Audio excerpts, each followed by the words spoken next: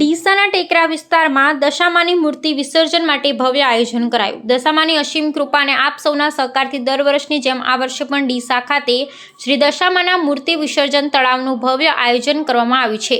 નહેરુનગર મિત્ર મંડળ દ્વારા ભક્તો માટે ચા, ફ્રૂટ, નાસ્તો, પાણી જેવી અનેક સુવિધા ઉપલબ્ધ કરવામાં આવશે, જેથી સૌ કોઈ સરળતાથી અને સુવિધાજનક રીતે વિસર્જન વિધિ કરી શકે।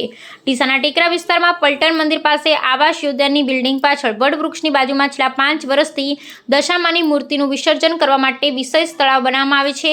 આ ધાર્મિક અને શુભ પ્રસંગે સૌ કોઈ માતાઓ, બહેનો, ભાઈઓ તથા વડીલોને ભાવભર્યું આમંત્રણ છે।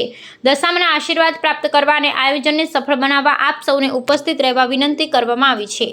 ના ભાઈ ના આયા તો સાહેબ હા બેની મોટર લઈને આયા અચ્છા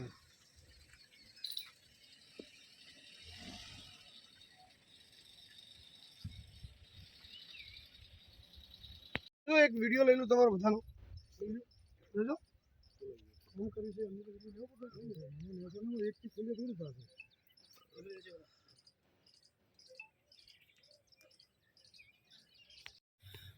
અશોકભાઈ ઠક્કર અમારા ટેકરા વિસ્તારમાં અમે 5 વર્ષથી છેલ્લા દશામાના મૂર્તિનું વિસર્જન માટે અહીંયા એક તળાવ બનાવેલું છે। એ તળાવનું સ્થળ છે નહેરુનગર ટેકરા પલટણ મંદિરની બાજુમાં રાજીવ ગાંધી આવાસ યોજનાની પાછળના ભાગમાં વીટી રાણા અને વુડ વૃક્ષની બાજુમાં એક તળાવ બનાવેલું છે। આ તળાવમાં અમે દરેક બહેનો જે વ્રત કરે છે એ બહેનો માટે એક વિસર્જન માટે એક તળાવ બનાવેલું છે।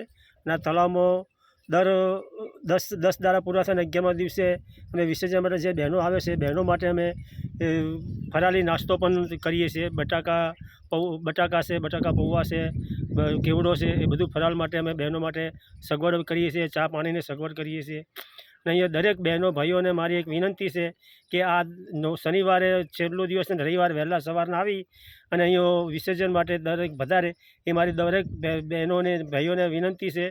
અને આજુબાજુના સોસાયટીવાળા પણ બહેનોને મારી વિનંતી છે કે આ એક અમારા તળાવ ઉપર આવી અને એક આ વિસર્જનનો એક લાભ લો। દશામાના વ્રતનો એક જે પણ બહેનો વ્રત કરે છે એ બહેનોને ખાસ મારી વિનંતી છે કે અહીંયા આવી અને એક વિસર્જનના તળાવ ઉપર આવીને એક આ દશામાની મૂર્તિનો વિસર્જન કરે એવું માટે મારી દરેક બહેનો અને ભાઈઓને વિનંતી છે।